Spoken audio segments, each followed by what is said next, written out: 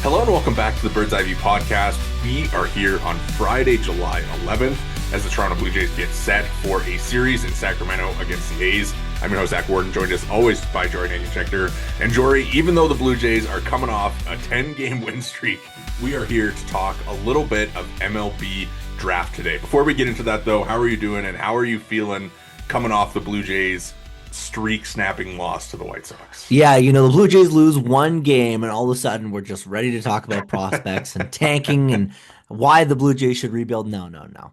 But I am definitely very excited for the MLB draft. I've had it in my calendar circled for about 2 months now. Um, obviously the Jays dropping down a couple picks because the lottery makes things a little bit less exciting, but really the draft feels like it's kind of you threw out the number 12 before we hit the record button in terms of kind of like the guys that could go. It's a group. There's a Yeah. chunk of guys the Jays could wind up with and compelling ones at that.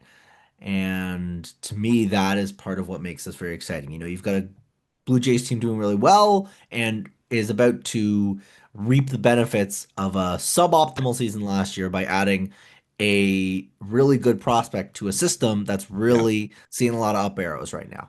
Yeah, a chance to really build on the momentum that the farm system has built this year. Obviously, Trey Savage and Arjun Nimmala, like firmly establishing their spots as top 100 prospects this year.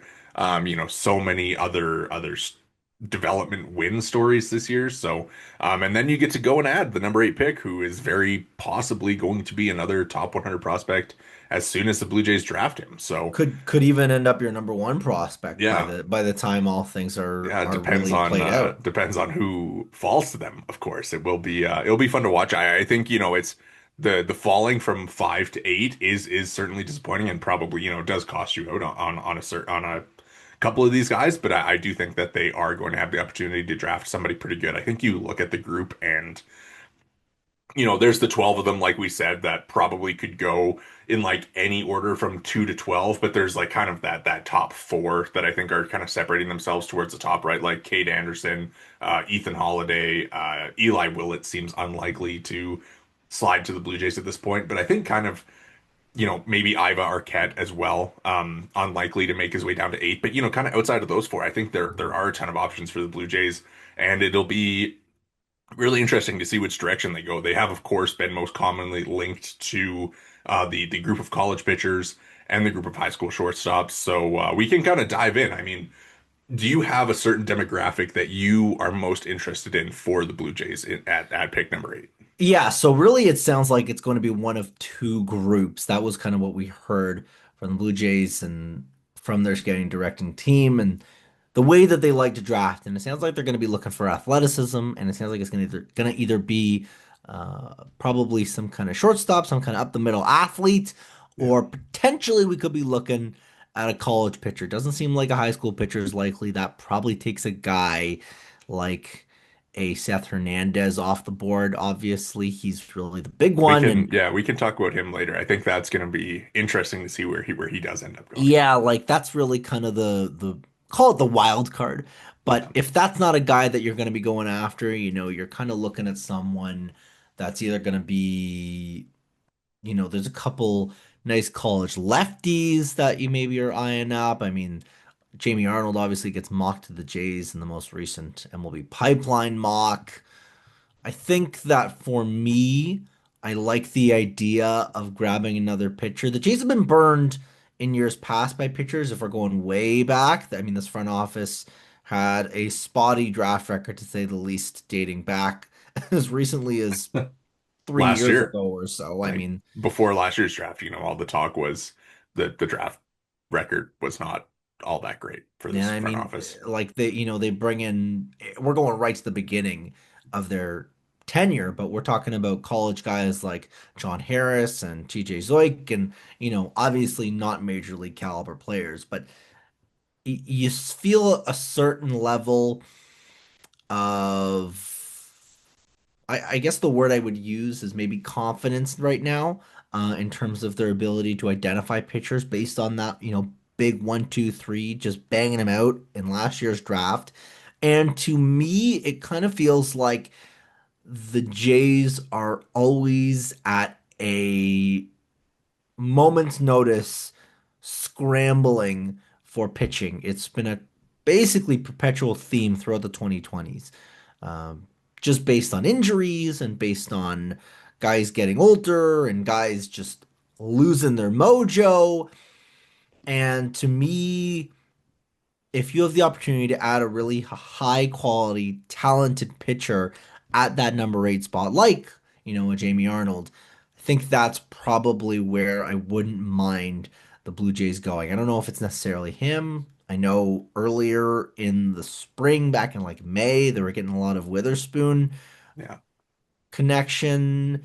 But to me, I would probably lean college pitcher more than middle infielder. But I'm not exactly sure. Again, it'll depend really on how the draft plays out ahead of the Blue Jays because a lot of their pick is going to be determined by how the dominoes Yeah. ultimately fall. Yeah, I think before we can kind of get into all the specific names, I think it's important to recognize that, this is Mark Chmuta's first draft as the amateur scouting director. He had kind of spent a few years doing that with the Mets and after, starting with the Blue Jays and then, was back with the Blue Jays now taking over for Shane Farrell in that role. And, he spoke to Blue Jays reporters, I guess it was earlier this week and was kind of talking about how, yeah, you mentioned like they're looking for the middle up the middle athletes and college arms kind of things. So it'll be interesting to see how he does. I think obviously a little bit of a different approach probably from Farrell. I don't know if we're going to see, a totally different, outcome based on having a different scouting director, but I do think, it's going to be interesting to kind of track and see if he's able to kind of carry over. Like he has a pretty strong record of guys that he picked with the Mets. So if he's able to kind of carry that over here, but we can kind of get into it. You mentioned Arnold. I think Arnold, um, left-hander from Florida State, like he's got the one of the lowest release points in baseball. Like he'd be one of the lowest in the majors at this point. Like he's drawn a lot of comparisons to Chris Sale, even though he's a lot shorter than Chris Sale, but he gets really good extension. Has kind of been a two-pitch guy to this point. Like for me as well, like really intriguing because this is a guy who entered the year as a 1-1 candidate just based on, the pure stuff and the talent and the kind of the year that he had in 2024 and then in 2025. The fastball starts to get hit a little bit more.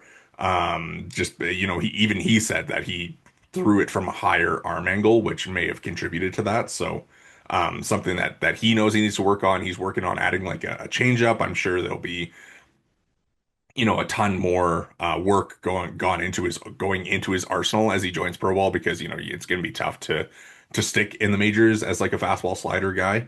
Um, at least to be like an elite starter. But yeah, really intrigued by him. I think he is, your favorite, probably my favorite as well if he's going to slide there. A guy who was preseason in the mix to be 1-1, him and Jace Laviolette. So yeah, interested by him. Also in that group, you mentioned Witherspoon.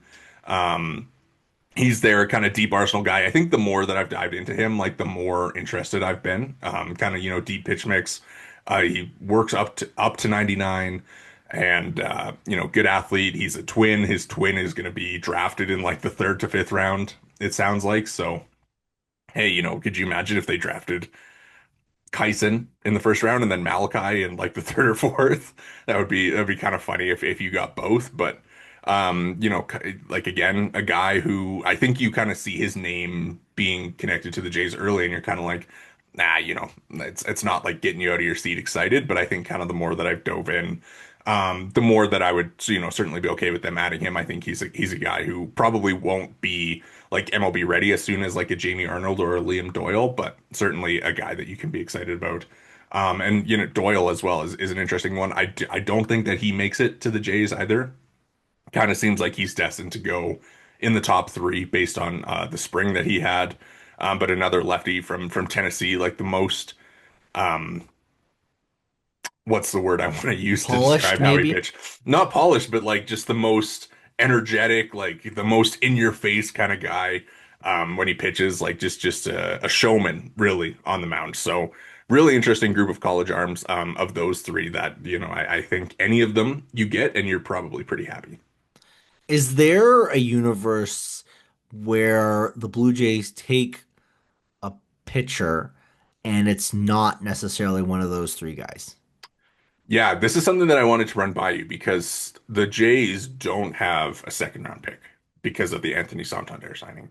So, say that they wanted to overpay for somebody in the third round, a Johnny King type, if you will. And they decide that they want to cut a deal at the eighth overall pick. And, they decide that Tyler Bremner is kind of that type. Like that's another high school arm, or sorry, college arm that would be somebody who you could probably get a little bit of a deal on, save some money, and then spend some more in the third round. If you're not, enamored with Arnold, Doyle, Witherspoon, or whoever kind of ends up at that spot. Bremner, right-hander out of UC Santa Barbara. Like there's a guy who kind of as well was like projected to be a top 10 pick entering the year. To me, like I'd probably rather take like the best talent available when you're at number eight, right? Like how often do you get to pick in the top 10? Not all that frequently if you're a competent organization. So, And especially with the lottery now, right? Like that yeah, even complicates matters even more. yeah. Bremner though, like I mean, interesting. He's like a changeup guy is kind of his best pitch. Probably the best changeup in the class. So we'll see. It's yeah. I mean, what do you think about the thought of cutting a deal? I've never really been a big try to get the cheapest guy. I think of some really famous examples in the last 5 to 10 years, so to speak. And you look at like Henry Davis gets taken Yeah, 1-1 because they were cutting a deal there, or I'm trying to think back to some other drafts. Heston Kjerstad goes second overall because the Orioles wanted to cut a deal there. Neither of those guys are first or second overall talent dudes, but the team decides to try to play the system and be the smartest team in the room yeah, and ends up taking a guy that's, one of them's a major leaguer, maybe, and one of them's a major leaguer, maybe. Like, you're kind of like probably disappointed if you're taking either of those guys. So I think that you definitely want to bank on the talent. I recognize the lack of the second pick again adds a wrinkle, but I don't think that the Jays are at a point with their system where they can afford to not be adding guys they feel are the most talented in their group. yeah. Interesting fun fact about Tyler Bremner. Both of his parents are Canadian. And Tyler Bremner owns a Canadian passport and said to Canadian Baseball Network that he would like to play for Team Canada at the World Baseball Classic one day. So maybe there's something there, but I mean, Blue Jays certainly haven't exclusively gone the Canadian route. I think of a couple years back. Again, I just because it's draft season, you're looking around at the draft and whatnot, and I think Denzel Clark went like 5 or 6 picks after the Blue Jays had drafted, and I think the Jays took Chad Dallas with that pick. So, needless to say, Ty does not go to the Canadian. Yeah, no, for sure. To be fair, like I mean, Bremner, like really good pitcher. I did not to take anything away from him. I just think, top 10 pick, really a good chance to take like a higher upside So potential we've there. touched on all these pitchers now because that's where we think the Jays are going to go. But notably, Trumuta also mentions the athletic Yeah. shortstop, which seems to lean high school more than college in your eyes. Yeah, I think so. I think you kind of look at the top of the draft board and it's there's five high school shortstops who kind of are seemingly in the mix there, and then three college guys who um seem like if their names get called, you're probably going to be a little surprised, but not like it's not totally out of left field if they make that pick. I think Iva Arquette, if he falls to the Jays, would be a really fun pick. Obviously, super huge power potential there, like 6'5" shortstop who could stick there. Maybe you move him off because of course you have Arjun Amala and Bo Bichette and however that all plays itself out. But like I mean, just the power potential there. It seems like he's gonna be a top four pick. So, I don't imagine that he'll end up with the Blue Jays, but I really do think that you kind of zone in on the trio of high school shortstops, the Eli Willits, JoJo Parker, and Billy Carlson as the guys who, if the Blue Jays end up going with a high school shortstop, it's probably from that group. Yeah, and I think also like at that point it's kind of what tools are you looking for? Yeah. Because it kind of seems like each of them bring a bit of a different skill set. I mean, it seems like we both lean pitcher, but let's say picks 5, 6, 7 go Arnold, Doyle, Witherspoon, which unlikely, but still, a remote possibility. And it's very clear it's going to be one of the shortstops. Who is your guy?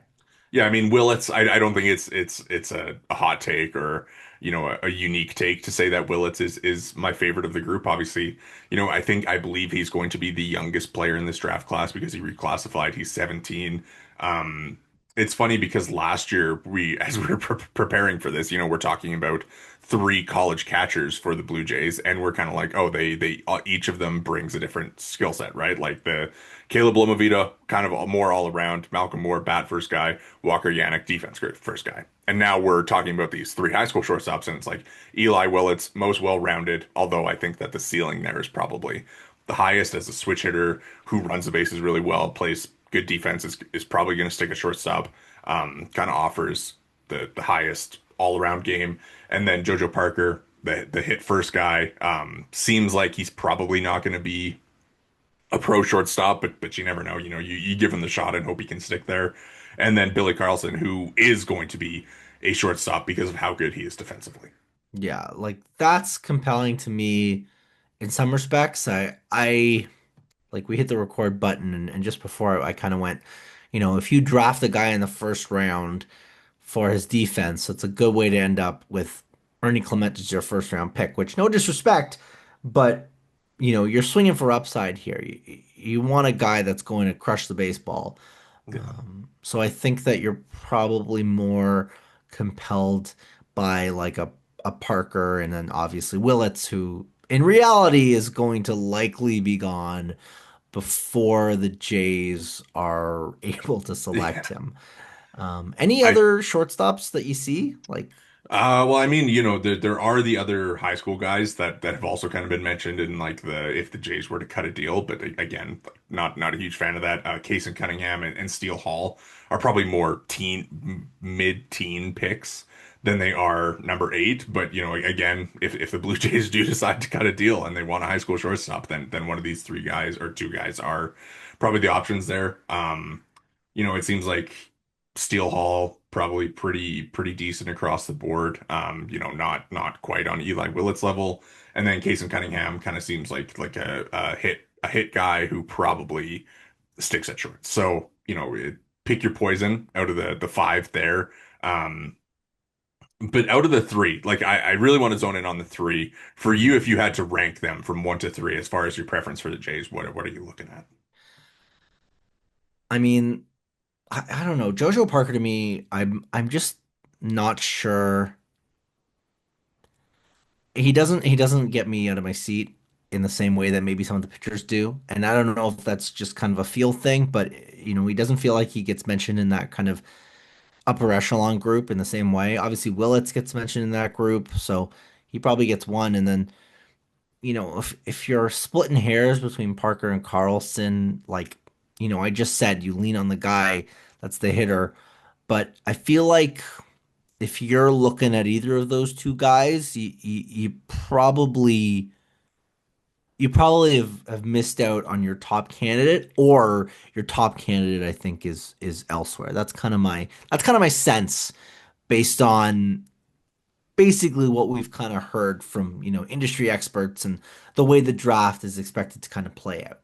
Yeah, Carlson too, up to 97 off the mound. So if he doesn't make it as a shortstop, then maybe you got a pitcher. Um, You you there's were well, you were gonna say something before, and then I rudely cut you off no, there. I was just gonna say like a couple of college guys, a couple of college shortstops. We mentioned Arquette. Um, Yeah, like if Arquette were to fall to the Jays, I think he would probably be my favorite. I don't think he's gonna fall. Obviously, between him and Arnold, like would be ecstatic with either of them. But then there's a couple of other shortstops who, I believe Keith Law from the Athletic, he said. that he almost guaranteed that the Jays were going to take a shortstop in his most recent mock draft, and he mentioned Golden Spikes winners from Arkansas, Vahiva Aloy as a potential candidate there, like plus power.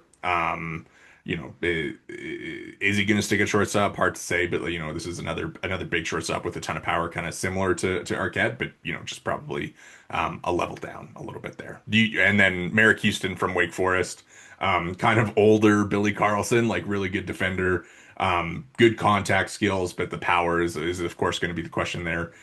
Do either of those two intrigue you, or does Arquette intrigue you at all? Well, I want to kind of ask you because it's listen between if we're talking like Aloy versus Houston, it's the same kind of thing where I think my attitude is um, you know you got to be a pretty generational defensive player. I feel like almost Yeah. to have me really considering you as a top 10 to 15 guy, and even at that. It's so hard to project defense as you move up the ladder. It's a tool that, it's likely going to stick, right? Like if a guy's a good defender, he's a good defender. But it's hard to know if a guy is going to be like an elite defender necessarily, right? You just gotta know, how maybe on the spectrum how good they are. I don't know how easy it is to necessarily be like this guy's an 80 grade defender, this guy's a 60 Yeah. grade defender.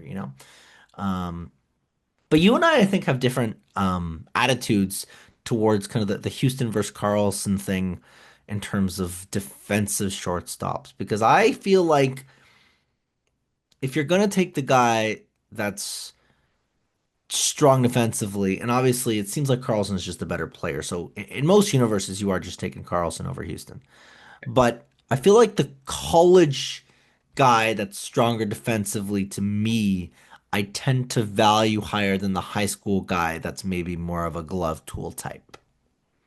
I mean, yeah, I think with Carlson is you probably believe that there's more growth for him, right? Like there's going to be more growth into his hit ability, and just the general defense doesn't seem like it's going to go anywhere.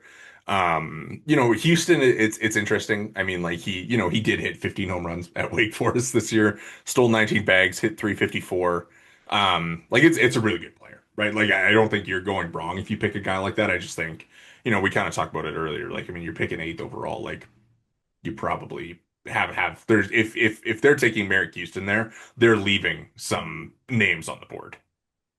Like I wouldn't put Merrick Houston into like the group of Well, of they're top they're 12 leaving guys. they're leaving someone on the board potentially, but it only takes one team to really highly value Yeah. a guy. Yeah. And again, it's hard to know because we don't really know. I mean, we know a little bit about Tremuta's draft history based on his time with the Mets. I think the big takeaway with that is it's particularly it's not lefties, which kind of I guess the way I would describe it is scares me that an Arnold or a Doyle makes it to them and he kind of looks the other way. Um, but in terms of the college shortstops, um, that does feel a little bit like kind of his maybe not bread and butter is maybe too strong a word to use. But if you go through the Mets draft picks, and I don't have them in front of me, but I do recall, I think it was Keegan Matheson rhymed them off. Might have been Keegan Matheson, might have been a different Jays writer, um, pointing to his time with the Mets, and you could see a pretty clear theme of position players and infielders, specifically position players. Although there was PCA was in that group, and that was obviously a strong diagnosis, strong identifying, whatever identification, whatever the word you want to use. So not only infielders, but it leaned I got it. infielders. I got a list for you. So he made 7 first round picks over 6 years. 5 of them were position players: Jared Kelenic, Brett Beatty, PCA, Kevin Parada, Jet Williams, and David Peterson and Kumar Rocker. Yeah. So there's a couple of outfielders in there. I mean, you got obviously Kelnick, toolsy guy that just didn't obviously have it. And then PCA in the similar build, but obviously a more of a center fielder. Leans position, like I said. I thought there were more infielders, so that's surprising that it's pretty split. But I guess that kind of tells you that he's looking for just athleticism up the middle, Yeah. which again points to the hitter over pitcher stuff. Yeah, I think it'll kind of depend on how it all falls, right? Like if we were to run like a quick mock scenario, right? Like I think Kate Well, that's Anderson what I was going to ask you, right? one, Like Liam Doyle two, those two are off the boards. Let's say Arquette three to the Mariners, Holiday four that to the sounds like the Rockies, only guarantee, exactly. Willits five to the Cardinals. Um, I don't know Well, who then you you want get to to put six, right? And six, that's where right? the And draft that's almost where like things, starts, yeah, right? yeah. But so, well, here's the question then.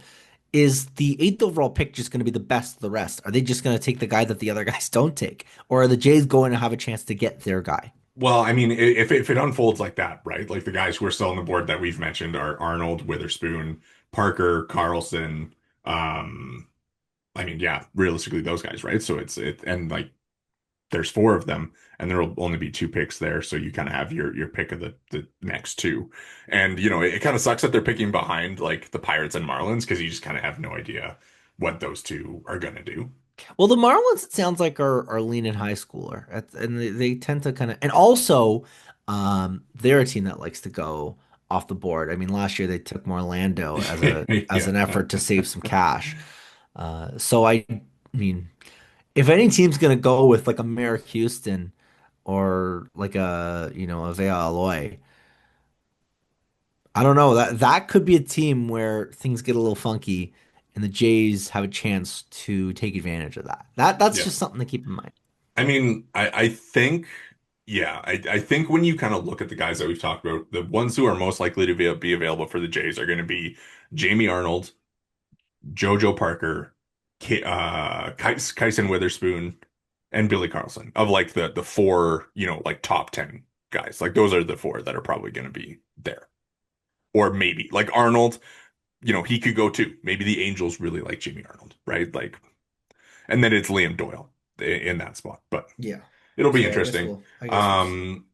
I think, Is there any, well here, well, is yeah, there any guarantee in this draft, in your opinion, other than basically Anderson one and well, even that's not Holiday a four? guarantee, right? Like, I think Anderson could go two. I think the guarantee is that Anderson goes in the top two. He goes, if he goes one to the Nationals, then great. If Holiday goes one to the Nationals, then Anderson goes two. I think that's like the biggest guarantee. That Holiday won't make it out of the top four. We know the Rockies are wanting to make him their pick, but we'll see if they get the chance. Obviously, the Nationals firing their GM and their president of baseball operations, Mike Rizzo, a week before the draft is kind of crazy, but we'll see what they do. Some people, said that will lend the new front office to taking a college pitcher just to, have immediate results. So, Kate Anderson, I think probably does seem like he's going to go number one. Um, but yeah, we'll kind of see how it all plays out. It's going to be so interesting on draft day, like as it comes down, just to kind of see what teams are doing. Well, I think that what's exciting, hot take, it's fun to have a top 10 pick. And for the Jays, obviously last year, you're kind of waiting and waiting and waiting and oh, are they going to get their guy? Oh, are they going to get their guy? You know, by 8:30 o'clock, what, 8:39-ish, Jays will have their guy. Yeah. Like you will know what's going to happen with the Jays. Like it's going to be a very clear and very obvious kind of evening, shall we say, for the Blue Jays. Like it won't be waiting around and oh, will this guy fall? Oh, here's a chance for the Jays. Oh, maybe we'll get. Oh, nope, that guy's. It'll be a very very precise pick is the best way I guess I could put it. And maybe that's not the best wording to use, but I think that the message gets across. So we do have a couple more names here. Maybe not necessarily like well, partially in the cut of deal, partially in like if they want a college hitter, ultimately this group of guys, are potential options there. I think Ike Irish is the most likely one to be like a top 10-ish pick. He's a catcher slash outfielder from Auburn. questions about the catching. He played a lot more outfield for Auburn this year than he did catch. So, he's a really good hitter. Um, a SEC hitter, guy who, kind of seems like the bat is going to be the main tool. The arm is supposed to be really good. And if that's a guy that you can kind of put behind the plate, like, I mean, we'll see. It's an interesting profile, a guy who could sneak his way up into the top 10. Does that interest you at all? I don't think so. I just straight up I don't. And again, MLB draft is so flip a coin, and who knows if this guy will be any good. But I don't think that I love the idea of taking a guy that, his stick is good enough as a catcher, and then you're looking at him otherwise as like a corner outfielder type. Just to me, doesn't scream upside, you To know. me, it doesn't fit what Shermuda said that he's looking for Well, unless they believe he can catch. that's the thing, right? They're looking for up the middle guys. They're looking for athletes, Yeah. and if like Irish is a corner outfielder, maybe he's an athlete, but more than likely you're kind of just taking a slugger there. Yeah. And that doesn't really seem like what the Jays would be taking a swing at, no pun intended, at pick number 8. Yeah, I agree. I know that they were mocked to take him in one of the mocks in the lead up, but again, like I just think doesn't quite seem like the type of guy that they are necessarily going to be looking for. I think he's going to be there if they do want him. So, I think yeah, especially like if you're taking a guy to try and make him a catcher, I guess it's nice to kind of have the fallback as like the bat is going to be good no matter what, and then you can try and like build him up into a catcher, especially for the Blue Jays who don't necessarily have a ton of catching depth in the minors, although they did really try to address that last year, right? Like they traded for a bunch, they drafted a bunch, they had a couple undrafted free agents signed. So, are they gonna spend a second straight year kind of trying to resolve their catching depth issues in the minors? Probably maybe, but I think that's probably a later in the draft thing rather than Yeah, it at the doesn't eighth seem overall like pick. doesn't seem like something that they're necessarily going to identify as a position. I mean, to me, you know, last year it felt more obvious that it was kind of a situation where the Jays had a very clear organizational need. Yeah. Doesn't feel that way in the same way this time around. Well, Kirk's extended too, which, you know, I Changes mean, the complexion of probably that. doesn't like should it impact your draft strategy? Like probably not, but again, yeah, I'm not we talked about not being in love with drafting college catchers last year and same thing probably applies here. It's got to be an Adley Rutschman type for me to get Yes. out of my seat. Yeah. Another college hitter, Brendan Summerhill. He's like a little further down the draft board, but kind of Blue Jays-y type. Great hit tool, puts the ball in play. He only struck out 11% of the time, walked 17% of the time. He only hit 4 homers and played a lot of corner outfield. So again, not necessarily quite the type that the Blue Jays like, but I think that there is a chance that he could be that whoever drafts him will move him over to center as a pro. Um, you have any interest if they were to go that way? Probably not at 8 again. I think this is the same situation where it's just, you want to swing for upside. But I do want to kind of point out that for all the talk of the Jays having a very clear type of the major leagues, that much is certain. I mean, they have the best strikeout rate in the major leagues. They don't really target contact guys per se in terms of, especially in recent years. I mean, I think to Namala and that pick at the time, his question mark was, is he gonna put the bat on the ball enough because he had the big time power, but did have some swing and miss tendencies in his game. And he's gotten the strikeouts kind of under control to a certain degree on the minor leagues, but they're certainly not a non-factor. And it's obviously his defense at short that's kept him uh, a guy worth watching. But Yeah. I am compelled to notice that the Jays have a bit of a different philosophy at the major league level than maybe drafting. Yeah. Yeah. I know last year they took a ton of like guys who walked more than they struck out. Like last year, it was Well, like you almost think every of single like pick was Sean that way. Keys and stuff like Yeah, that. Like but that's not the there's type like of some player. power there, right? Like it's kind of weird, like it's almost like the Alan Roden types, right? Like where it's like discipline, not necessarily like hit, right?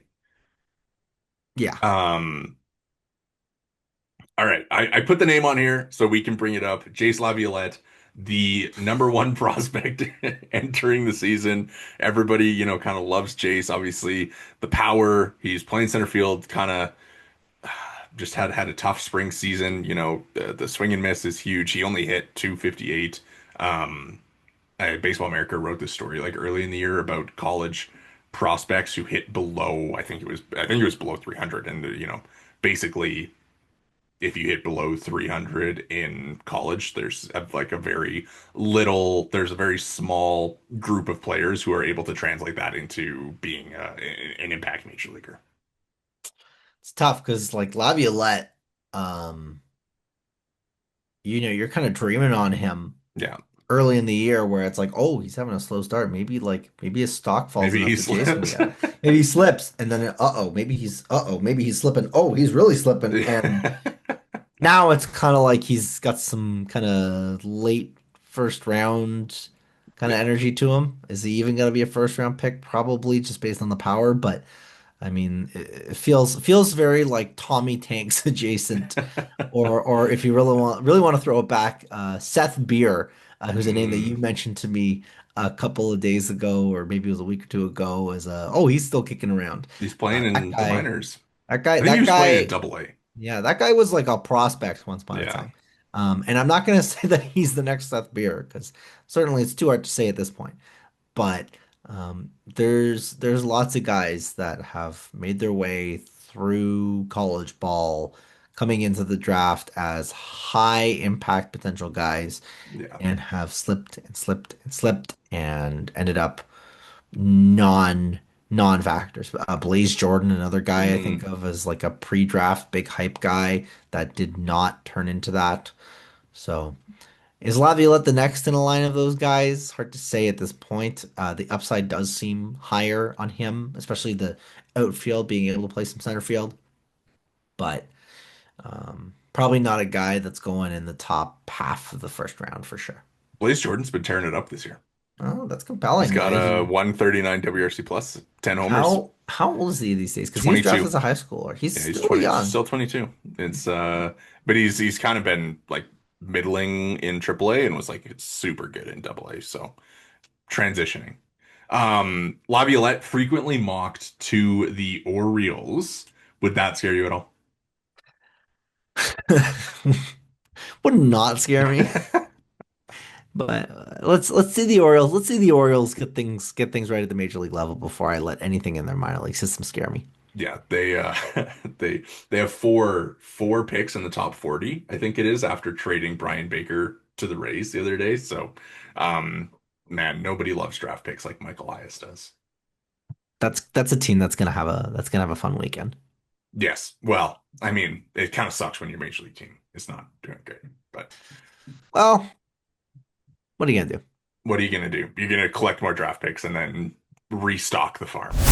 This episode of the Bird's Eye View podcast is brought to you by BioSteel. Use code Bird's Eye View at checkout for 20% off your order at biosteel.ca. Again, that's code Bird's Eye View at checkout for 20% off your order. For all your high performance hydration needs, visit biosteel.ca. Thank you again to BioSteel for sponsoring today's episode. Okay, last name I put on the list here, Seth Hernandez. Um, Ranked as like a pretty consensus like top three prospect, but of course he is a high school right-hander out of the powerhouse Corona, California, which is set to be one of these schools that has multiple first round picks this year. That's also where Billy Carlson went. He's somebody who I have absolutely no idea where he's going to go. Like you could see him going two to the Angels, like probably not, but you could see him going three. You could see him going five, six, seven. But can you see him going eight? Doesn't feel that way. Really doesn't feel that way. Especially the Jays seem to value this ability to get to the major leagues quick-ish from their starters, particularly first round guys. I even think of, Brandon Barriera is the last high school starter in the first round by the Jays, and obviously we see where that's kind of landed them. Although reports have been good of late with him, but at this Oh, point, that's really all we're working with. yeah, we've been saying that for a while now. So Um, yeah, I don't see it. I just don't see it. I like the upside. yeah, There's a reason why he's so highly touted. yeah, Um, but just don't see a universe that the Jays are probably his number one match. Now, I don't know necessarily if that means that he's a non-option. Maybe the Jays are like, you know, lurking in the background, and if things go sideways for him and he slips to eight, the Jays are all over him, and they can't pass it up the same way they couldn't pass up a Brandon Barriera. yeah.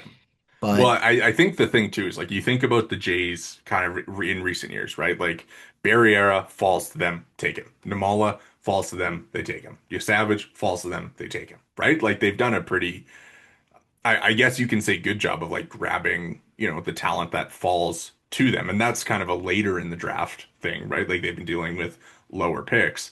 And now that they're eight, you know, like in a way, like you think like Arnold, if he Arnold would fall to them, right? Seth Hernandez in a way would fall to them. A guy like JoJo Parker isn't necessarily falling to them. Like that's kind of where he's supposed to go, right? So, you know, it'll be interesting to see if they're kind of have like their eight and then they're just gonna pick the best guy out of those guys, or if they are, very in on one player that's supposed to be in their range that they're going to end up with. yeah, And that's the question, like right? Seth Hernandez to me would be a guy that like falls to them and they're like, yeah, we're going to take him. Yeah, but again, it's just so so antithetical to everything we've heard. Yeah. So are the Jays smoke screening here? I don't think I don't. I Oh, don't. that I would be don't. fun. But I also don't know. you're going to have to spend to get him, Yeah, right? yeah. So, So we'll see. I mean, maybe the way they look at it is we don't have a second round pick and we have less money to spend, so we should just yeah. give her in the first round. But generally, teams don't tend to look at it that way. Generally, it's the I opposite. obviously, last year like you're looking at the Savage, the Johnny Kings, the Cal Stevens, like you're really excited about the progress that those guys are making, but like man, like there's kind of nothing like a hitter to me, you know? Like obviously the pitching is really cool and the stories have been great this year, but I think it would be cool if they went for a hitter. I think I don't know. I just don't know how much I love the hitters. I think that this is a draft that's flush with pitching, and I think I'm team pitching. All right. Um, that's kind of all the names that we did have there. I know before we hit record, I said we wouldn't hit on every single one of them, but we ended up doing it anyways. Way more guys that we touched on this year than last year. I think last year we only kind of went over 10 guys and then we're kind of done. But Well, I before think we it's just do, the nature of just where they're yeah, picking, right? Like yeah, it's you can kind of rub your hands, you can salivate a little bit, You can yeah. dream, you can dream. Of the guys that we discussed, I mean, I think Willits and Arquette, are the two that we discussed that I think are the least likely to kind of end up as Jay's picks. Liam Doyle, I think you can kind of put in that category as well. But from even if you want to include those guys, like sure. But of the guys that we discussed, who are your top three, and what would you kind of rank them as far as like your preference? In terms of preference, again, this is just gonna all kind of be a little jumbled, but um, I think obviously I'm eyeing up Arnold and Doyle. See Yeah. if it makes it to them, but I think I'm really eyeing those two guys up. And beyond that group, I mean, you're probably looking at one of the high school shortstops, and it's Willits by default, I guess. But if I can't grab him, it's a very tentative maybe JoJo Parker just because of the stick. Obviously he's very talented. There's a reason he's a top 10 projected pick, but doesn't excite me in the same way that Arnold and Doyle do. So in your world, if Arnold and Doyle go in the top seven and Willits goes in the top seven, you're wanting JoJo Parker over Kyson Witherspoon. I think so. I think so. I think All right. with Witherspoon, I think that, you know, there's projectability, there's stuff to like. Um, college righty just feels so safe and it's fine. You can take a safe pick, you take a floor pick, but Yeah. at eighth overall, I'm swinging. Yeah. I agree. My personal preference rankings, I'm gonna say Arnold and Doyle. Probably I'm gonna put Arquette one. I love Arquette. Love the idea of like a him and Namala infield. I think that would be so much fun seeing the two of them on the left side. I know people have been saying that with Arquette and Ellie for the Reds. Just like the most the tallest left side of an infield maybe ever. So I'll say like Arquette's my number one, and then Arnold and Doyle are two, and then well Willits would also kind of be in there. But as far as realistic options, I would probably say Witherspoon over Parker for me personally. Just I think that there's a lot of potential for Witherspoon there, like as a hard throwing guy. Um, but no problem with Parker at all. Like I mean, a lefty bat might take a little bit longer to develop, but it's a guy that you would certainly be intrigued to add to your farm system. Yeah, well, they're going to add someone really talented, which I think is really exciting. Last year wasn't necessarily guaranteed to be the case, Yeah, especially the talk was, maybe it's a guy, maybe it's not a guy. I'm excited for this year. obviously, they obviously they hit a home run. I think with last year's pick, I think it's safe to say that they did a pretty good job with the Savage pick. Big chance to see if they can repeat. Yeah. Yeah, it'll be fun. It'll be kind of fun to see who they end up with and what the how the draft unfolds. As always, we us here at the Birds Eye View podcast got to get some CanCon in. So I do have a list of, Canadian prospects who are set to go in this draft. We already talked about Bremner having Canadian parents wanting to play in the World Baseball Classic for Canada. Another potential first round pick, Slater DeBrun, not a born Canadian, but I believe his mom spent a lot of time in Canada, so he has a Canadian passport. Um, an Oregon high schooler, almost like Dante Nori-esque a little bit, like speed hit. I think he has a little bit more impact in the bat than Nori did last year, but fun player, Canadian ties, so that's a guy there. Charles Davalon, Chucky D, as he was known at Arkansas. Like I'm, we already talked about him a little bit. I'm like kind of already all in on Charles Davalon. Maybe a third round pick for the Jays would be kind of fun if he went there. One of these guys who walks the town. He was a leadoff hitter for Arkansas, like really good talent there. A Quebec player once again. Obviously he kind of had a tough end to his Arkansas career, but yeah, fun guy. I don't know if you have any thoughts on any of these Canadians. I'm not going to rip through all of them, but Um, I think I I'll be honest, I don't have too much, but I will say, um, it does seem like there's some talent on the Canadian side coming here in the early rounds, and I think that's really all you can ask for. yeah, they'll be it's actually like a pretty decent group. It's kind of funny. I'll mention like Antoine Jean and Blake Gillespie, like those two guys were really, really good for their schools this year. Um, if Gene was like one of the top pitchers in his conference, and just when you kind of look at the overall numbers, obviously Gene was a reliever for Houston, and Gillespie was a starter.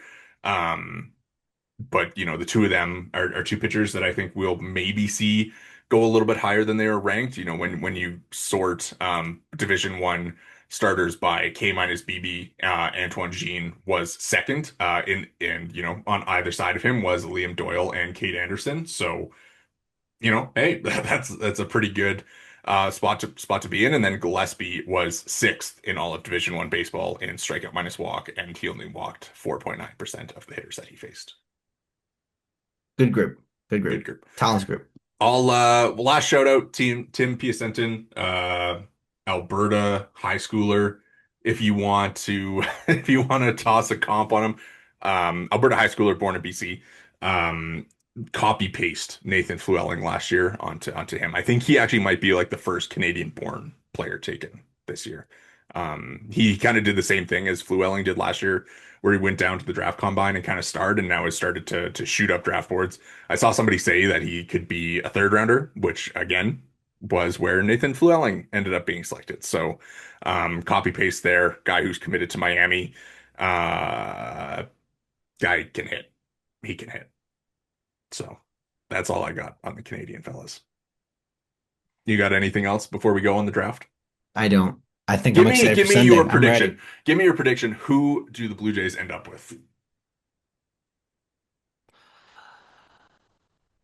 Nuts on the table. It's JoJo Parker. Oh, that's not what I was expecting you to say. It's I was expecting you to say Jamie Arnold, and I was gonna come in. I'm gonna be like, you know what? It's gonna be JoJo Parker. So I hate that you stole that from me. Um, but yeah, you know what? Actually, it's tough. I think Arnold to me is like the safest pick who seems like he will be there. But I also think that there's a lot of teams in front of them that could use him. So I'll go with you. I think that on Sunday night we are going to be talking about JoJo Parker. Maybe his Uh, twin brother a couple days later. Jacob, yeah, another set of twins there. Yeah, Jacob, I think is supposed to go a little higher than the third round, so I don't know if the Jays would be able to grab him, but would be fun. Would be fun. Certainly, a unique story, at least. Sometimes the narratives are fun to build. So. Well, that is going to do it for us here today at the Bird's Eye View Podcast. Make sure to hit the subscribe and like buttons if you're watching on YouTube. You can find us there at the Bird's Eye View Podcast. If you're listening along on the audio provider of your choice, make sure to drop a follow and review. You can follow us all on Twitter. I am at Worden_Zach. Jori is at Jori Negin-Shecter, and the pod is at BEV_pod. Thanks so much for listening and enjoy the draft.